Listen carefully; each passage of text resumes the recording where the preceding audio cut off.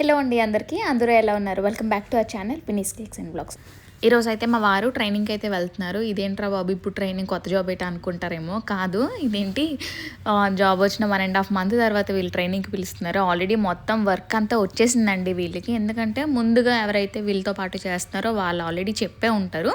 ఎందుకంటే మా వారికి కంప్లీట్గా వచ్చిందనమాట ఏం చేయాలి ఏంటి అనేది. ఆల్రెడీ జాబ్ చేసే వచ్చారు కాబట్టి ఇంకా త్వరగా అర్థమైపోతుందిలేండి.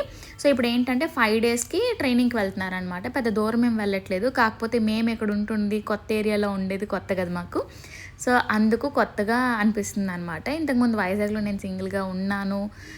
ఈ లైఫ్ స్టైల్ నాకు అలవాటే. కాకపోతే ఇప్పుడు నేను ఎలా మేనేజ్ చేసుకుంటున్నానో వాటిని కూడా వీడియోస్ అయితే షేర్ చేసుకుంటాను నేను. సో నాతో పాటు మీరు కూడా కొంచెం స్ట్రాంగ్గా ఉండాలనేది చెప్తున్నాను అనమాట. అండ్ నెక్స్ట్ ఈరోజు వీడియో అయితే పొద్దున్న 4:30కే స్టార్ట్ చేశానండి. ఎందుకంటే మా వారికి దిగబడ్డానికి ఇక్కడ మాకు తెలిసిన వాళ్ళు ఎవరు లేరు కాబట్టి, ఇంకా వాళ్ళ కొలీగ్స్ గట్రా ఎక్కడెక్కడో ఉంటారు. ఇంకా పొద్దున్నే ఆటోలు గట్రా అంటే దొరకడం కష్టం అనుకుంటున్నాను నేను. ఎందుకంటే నాకు తెలీదు ఉంటాయో ఉండవని చెప్పి. సో అందుకని చెప్పి నాకు ఎలాగో స్కూటీ డ్రైవింగ్ వచ్చు కాబట్టి నేనే తీసుకెళ్ళి డ్రాప్ చేసేస్తున్నాను. 4:30 ఇంటి దగ్గర స్టార్ట్ అయ్యామండి. యాక్చువల్ లెగిసింది అయితే 4 o'clock అలారం పెట్టుకొని 4:10కి లేచాం బెడ్ మీద నుంచి. ఇంకా నేనైతే ఫ్రెష్ అయిపోయి ఇంకా అలాగా అతను కూడా స్నానం గట్ట అవన్నీ చేసుకొని నార్మల్ డ్రెస్లో వెళ్తున్నారండి. అక్కడ రూమ్స్ ఫుడ్ అంతా కూడా వాళ్ళు చూసుకుంటారంట. సో ట్రైనింగ్ సెంటర్ ఇస్తారు కదా, సో అక్కడ చూసుకుంటారంట. అక్కడికి వెళ్ళిన తర్వాత వేరే డ్రెస్ వేసుకుంటానని చెప్పారనమాట. సో ఇప్పుడు ఏంటంటే మా ఇంటి దగ్గర నుంచి వరంగల్కి 3.5 to 4 hours జర్నీ అయితే పట్టేస్తుందండి. ఇంకా అక్కడికి చేరేటప్పటికి 3.5 hours మెయిన్ జర్నీ అనమాట. కాకపోతే దగ్గర కళ్ళు మూసుకొని 4 hours అనుకోవడమే. ఎందుకంటే రూటు అది ఇది కలిపి. కాకపోతే ఇతను 3 hours వెళ్ళిపోయారంట. ఎందుకంటే ఎర్లీ మార్నింగ్ ఫస్ట్ బస్కే బయలుదేరిపోయారు కాబట్టి. మేమేమనుకున్నామంటే ఆ టైంలో 4:30కి బస్సులు ఉంటాయో ఉండవో అనుకున్నాము. కాకపోతే లక్కీగా బస్సులు ఏ టైం నుంచి ఫస్ట్ బస్ స్టార్ట్ అవుతుందో తెలియదు, కానీ మాకైతే ఫస్ట్ వెళ్ళిన వెంటనే బస్సు అయితే దొరికేసింది. ఇంకా నేను లేచాను కదా, మోక్ష ఏమని చెప్పిందంటే రాత్రి డాడీ వెళ్ళేటప్పుడు నాకు లేపు మమ్మీ అన్నది. ఇంకా లేపుతుంటేనేమొచ్చి అస్సలు లెగలేదు. ఇంకా లెగకుండా నిద్రలోనే మాట్లాడేస్తుంది అనమాట వాళ్ళ డాడీతోని. అంటే మోక్షకి లేపడం ఇలా చూస్తుంటేనేమొచ్చి మా చిన్నప్పుడే గుర్తొచ్చింది అనమాట. మా డాడీ కూడా ఇలాగే మాకు దూరంగానే ఉండేవారు అనమాట చిన్నప్పుడు అంతా కూడాను. ఎలా అంటే 2 weeksకి ఒకసారి, ఎప్పుడో 10 daysకి ఒకసారి అలా వచ్చేవారు. వచ్చినప్పుడు అంటే వెళ్ళిపోయేటప్పుడు ఏంటంటే పొద్దున్న నాకు ఖచ్చితంగా లేపు డాడీ అని చెప్పి అనేవాళ్ళం. లేపితే మాత్రం అస్సలు లేచేవాళ్ళం కాదండి. నిద్రలోనే బాయ్ అయితే చెప్పేసి ఇంకా డాడీ వెళ్ళిపోయేవారు. అదే మేము తెలుగులో ఉన్నప్పుడు అనుకోండి, అంటే మార్నింగ్ మధ్యాహ్నము ఆ టైంలో బయలుదేరితే మాత్రం మా గేట్ వరకు వెళ్ళైతే దిగబెట్టేవాళ్ళం అనమాట. ఎందుకంటే రోడ్డు వరకు వెళ్ళే వాళ్ళం ఏదైనా కొనేసిస్తారని చెప్పి. సో అప్పుడైతే భలే ఉండేదండి. మేమైతే చిన్నప్పుడు అంతా కూడాను పోలీస్ క్వార్టర్స్లోనే పెరిగాము. బాగుండేది ఆ రోజులన్నీ కూడా, చాలా బాగుండేవి. ఎందుకంటే క్వార్టర్స్లో అంతా జనాలు ఉండేవారు. ఏ టైంలోనైనా సరే హడావిడిగా, ఇంకా నైట్ టైం అంతా కూడాను పోలీసులు తిరుగుతూనే ఉంటారనమాట. అస్సలు భయమే ఉండదు. ఎక్కడి నుంచి ఎక్కడికైనా వెళ్ళిపోయే వాళ్ళం. అండ్ నెక్స్ట్ ఇప్పుడు ఈ విషయానికి వచ్చేద్దాం.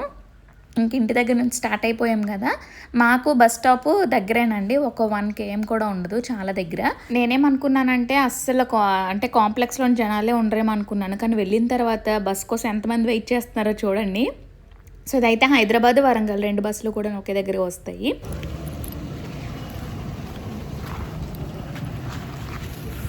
ఓకే, బస్ ఎక్కే వెళ్తాను.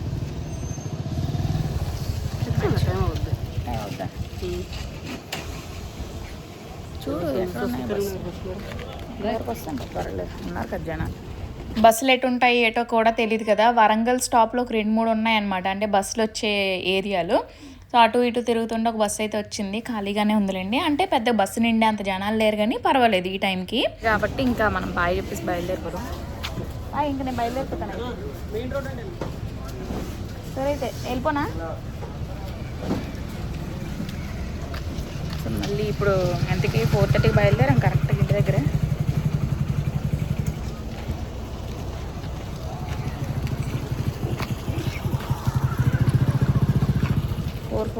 అయింది. ఇంకా నేను అలా వస్తుంటే బస్ కూడా స్టార్ట్ అయిపోయిందండి. బస్ స్టార్ట్ అయిపోయిన తర్వాత నేనంటే ఇంటికి కూడా వెళ్ళిపోయాను. 5 minutes అండి, జస్ట్ 5 minutes మా ఇంటి దగ్గర నుంచి బస్ స్టాప్కి కూడాను. బండి మీద అయితే అదే నడుచుకొని అయితే 10 నిమిషాలు అంతే. సో నేనైతే ఇంటికి వచ్చిన తర్వాత ఇంకా నేనేం పెద్దగా నిద్ర ఏం రాదనమాట. నేను ఇంటికి రావడం అయితే 5 అయిపోయిందిలేండి.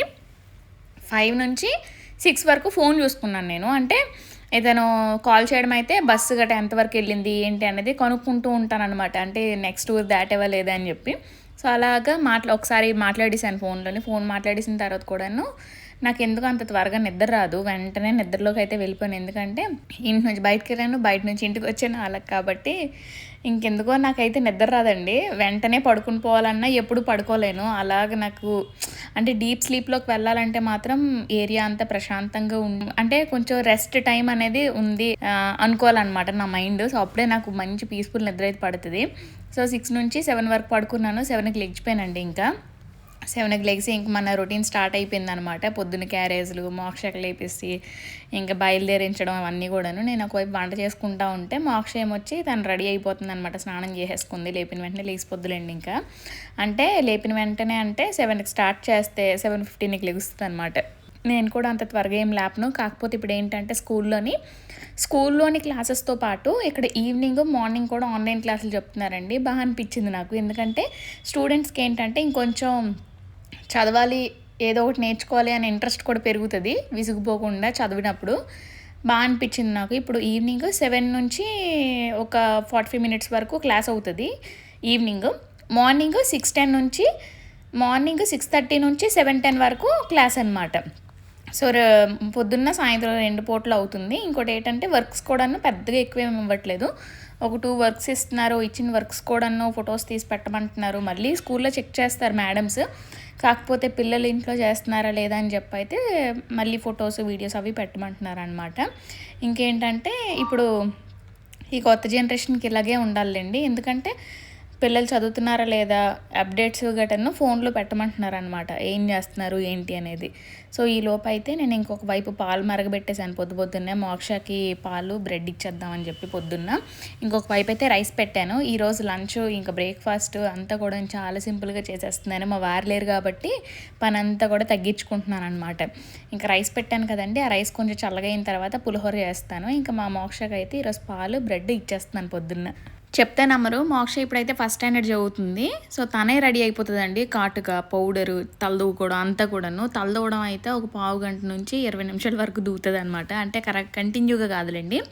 ఫస్ట్ దూవుతుంది, తింటుంది, మళ్ళీ దూవుతుంది. స్కూల్కి వెళ్ళే ముందు కూడా దూకుంటుంది ఈ ఉన్న చిన్న జుత్తుకి, పప్పీ కటింగ్కి. సో ఇప్పుడు ఏంటంటే మొన్న గుండి చేయించాం కాబట్టి ఇంక మెల్లమెల్లగా జుత్తు అయితే పెరుగుతుంది. దీన్ని కూడా కేరింగ్గా చూసుకోవాలి. ఇంకా జుత్తుని ఏంటంటే మోక్షకి జుత్తు అంటే చాలా ఇష్టం, కానీ నేనే నా మొక్కు వల్ల తీయించేసాను అనమాట. ఇంక ఇదే లాస్ట్. దేవుడికి ఎప్పుడో మొక్కుకున్నాను అనమాట క్వార్టర్స్లో ఉండేటప్పుడు, మోక్ష హెల్త్ అంతా కూడా బాగుండాలని చెప్పి. సో అదైతే నాకు బాగా అనిపించింది. నేను అనుకున్నట్టు అయిందనమాట. సో అందుకని చెప్పి తిరుపతికి వెళ్ళి స్వామివారికి మొక్క అయితే చెల్లించేసామన్నమాట. మోక్షకు గుండి చేయిస్తానని అయితే మొక్కుకున్నాను అప్పుడు ఒక 5 years బ్యాక్. ఆ వీడియోస్ కూడా అప్లోడ్ చేశానండి. మేము ఎలా వెళ్ళాము ఏంటి అనేది, ఎలా ఎంజాయ్ చేసామని కూడా వీడియోస్ అప్లోడ్ చేశాను. ఎవరైనా చూడాలనుకుంటే ఇక్కడ ఐ కార్డ్స్ దగ్గర ఇస్తాను చూడండి. సో ఇప్పుడైతే నేను కూడా రెడీ అయిపోతున్నానండి. నాకేంటో పొద్దున్న స్నానం చేసిన తర్వాతే ఇంటి నుంచి బయటకు వెళ్ళాలనిపిస్తుంది. అంటే ఇంటి ముందుకు కాదు, కిందకు అనమాట. కిందకు కానీ మోక్షకి దిగబడ్డానికి కానీ అలాగా. సో నాలా మీలో కూడా ఎవరో ఒకరు ఉండే ఉంటారు. కొంతమంది ఏంటంటే స్నానం చేయకుండానే డ్రెస్సులు గట్ట వేసుకుని పిల్లలకి దిగబెట్టేస్తారు. నాకైతే అస్సలు నచ్చదు. నేను మాత్రం ఎప్పుడు అలా దిగబెట్టనండి. నాకు ఎందుకు అలా నచ్చదు అసలు. ఎన్ని ఇంట్లో పనులు ఉన్నా సరే ఇంకా స్నానం చేసే మోక్షకైతే దిగబడతానమాట. సో మోక్ష కూడా రెడీ అయిపోయింది, నేను కూడా రెడీ అయిపోయాను. ఇప్పుడు మోక్షకి పాలు ఇంకా బ్రెడ్ ఇస్తున్నాను బ్రేక్ఫాస్ట్ కోసం. మోక్ష అక్కడ తింటుంది కాబట్టి పాలు పక్కన పెట్టేసి రైస్ కూడా బాగా చల్లగా అయిపోయింది. ఇది ఒక బౌల్లో పెట్టేసి చల్లారిస్తున్నాను అనమాట. అంటే కుక్కర్లో పెట్టింది కానీ వార్చిన అన్నం కానీ మనం పులిహోర చేసుకుంటే చింతపండు పులిహోరకి అయితే ఇంకా బాగా పొడిగా ఉండాలండి. అదే నిమ్మకాయ పులిహోర అనుకోండి ఎక్కువ వాటర్ కంటెంట్ ఏమి ఉండదు కాబట్టి పర్వాలేదు.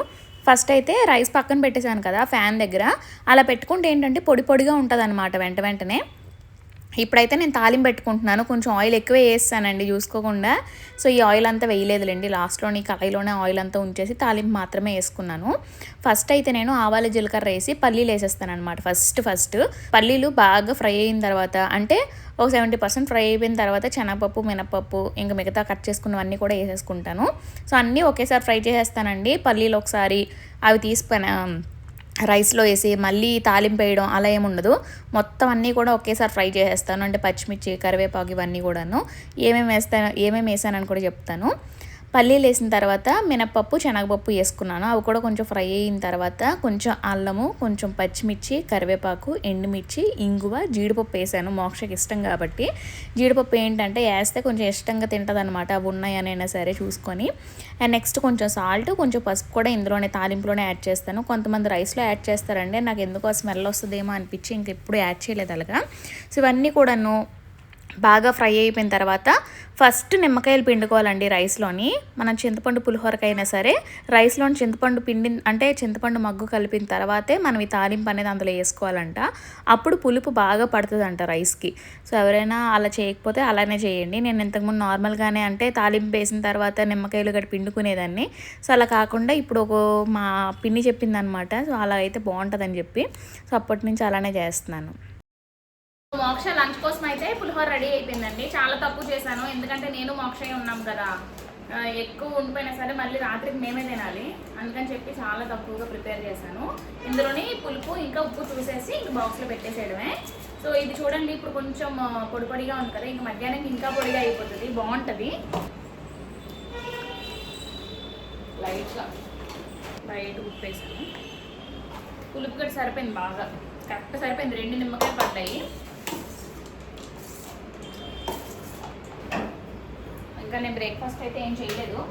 మోక్ష వెళ్ళిపోయిన తర్వాత ప్రశాంతంగా ఇంట్లో కూర్చొని అయితే బ్రేక్ఫాస్ట్ చేస్తాను. మా వారు ఉంటే నాకు ఈ టెన్షన్ ఉండదు కదా, దాన్ని దిగబెట్టాలి, అల్లాలి, రావాలని చెప్పి. అప్పుడు ఏంటంటే రోజు కూడాను టీ పెట్టి తాక్కునే వాళ్ళం అనమాట ఇద్దరం కూడా. సో ఇప్పుడు ఏంటంటే నేనే వెళ్ళి దిగబెట్టాలి కాబట్టి ఇంక పొద్దున బ్రేక్ఫాస్ట్ కానీ ఇంకా దాని ఆలోచన రాకుండా దాన్ని దిగబెట్టేసి వచ్చేసిన తర్వాత అవన్నీ చేసుకుందాం అని చెప్పి అయితే ఆలోచిస్తున్నాను. సో ఇప్పుడైతే ఫస్ట్ పులిహోరని బాక్స్లో పెట్టేసి ఒకవైపు బంతిగిళ్ళు లాంటివి పెట్టాను అనమాట. పెస్మార్ట్లో తీసుకున్నాను, బై 1 get 1 ఆఫర్లో ఉంటే.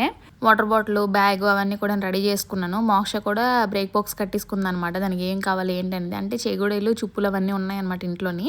అవి అయితే తీసుకొని వెళ్తుంది ప్రస్తుతానికి. అవి అయిపోయిన తర్వాత ఇంట్లోనే ప్రిపేర్ చేయాలి కేక్స్ అవన్నీ కూడాను. డాడీ ఉంటే చెక్క బండ మీద దిగబెట్టిద్దును. డాడీ లేరు కాబట్టి ఇంకా అలాగైనా దిగబెట్టాలి. మనం స్కూటీ మీదనే వెళ్ళండి, నడుచుకుండా దిగబెట్టేస్తాను. ఎందుకంటే ఇంకా మోక్షకి జడలు ఇవి అవి వేయాల్సిన పని లేదు, జస్ట్ నార్మల్గా చిన్న క్రాఫ్ కాబట్టి పర్వాలేదు. ఇంకా స్కూల్ బెల్ట్ అయితే ఇవ్వలేదండి. బెల్ట్ ఇచ్చుంటే ఇంకా బాగుండేది. ఐడి కార్డు బెల్ట్ కొంచెం త్వరలో ఇస్తారంట, అవి ఇంకా రాలేదంట. ఇంకా మోక్ష అయితే ఈ స్కూల్ డ్రెస్లో బాగుంది. ఇంతకుముందు అది అంటుందన్నమాట, మమ్మీ జాక్ అండ్ జిల్లో స్కూల్ డ్రెస్ లాగే ఉంది కదా, నాకు అక్కడికి వెళ్ళినట్టే ఉంటుందని చెప్పి. ఇంకా స్కూల్ డ్రెస్సులు కూడాను నేను కొంచెం పెద్ద సైజే తీసుకున్నానండి. పెద్దదంటే మరీ పెద్దది చేసుకున్నాను అనమాట. ఇంకా అవి ఇంటికి తెచ్చుకొని వాటిని స్టిచ్చింగ్ చేసుకున్నప్పటికే నాకు కొంచెం టైం అయితే పట్టింది. ఏంటంటే బాడీ పార్ట్ దగ్గర ఉంటుంది కదా, సో అదైతే బాగా వెడల్పుగా వచ్చేసింది అనమాట పెద్ద సైజ్ అవ్వడం వల్ల. వాటిని ఏం చేశానంటే మళ్ళీ మడత పెట్టి స్టిచ్చింగ్ చేశాను.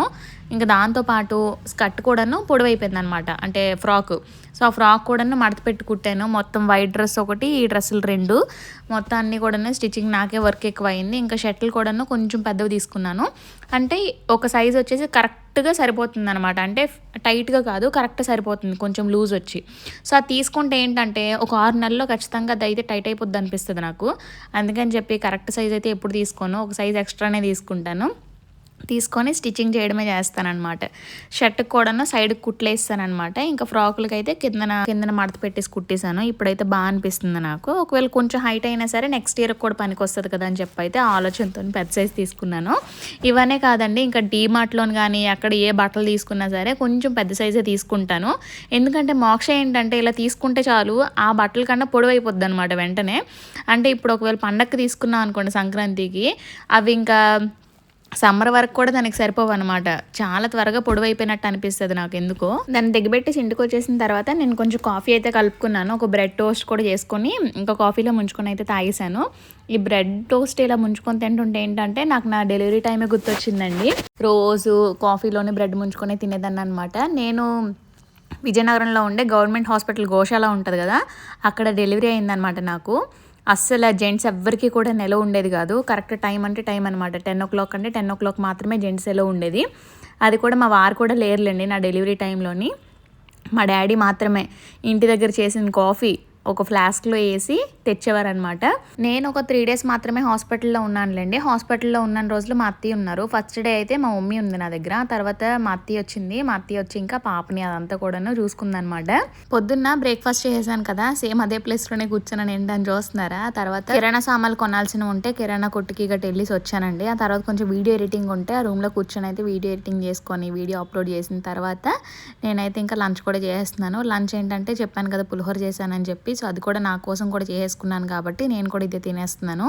అదేంటోనండి, కొంతమందికి పులిహోరతోని బిర్యానీతోని సైడ్గా ఒక కర్రీ కానీ రైతా కానీ ఉండాలి కదా, నాకు అలా ఏం లేదు. పులిహోరతో నేను ఒట్టిగానే తింటానమాట.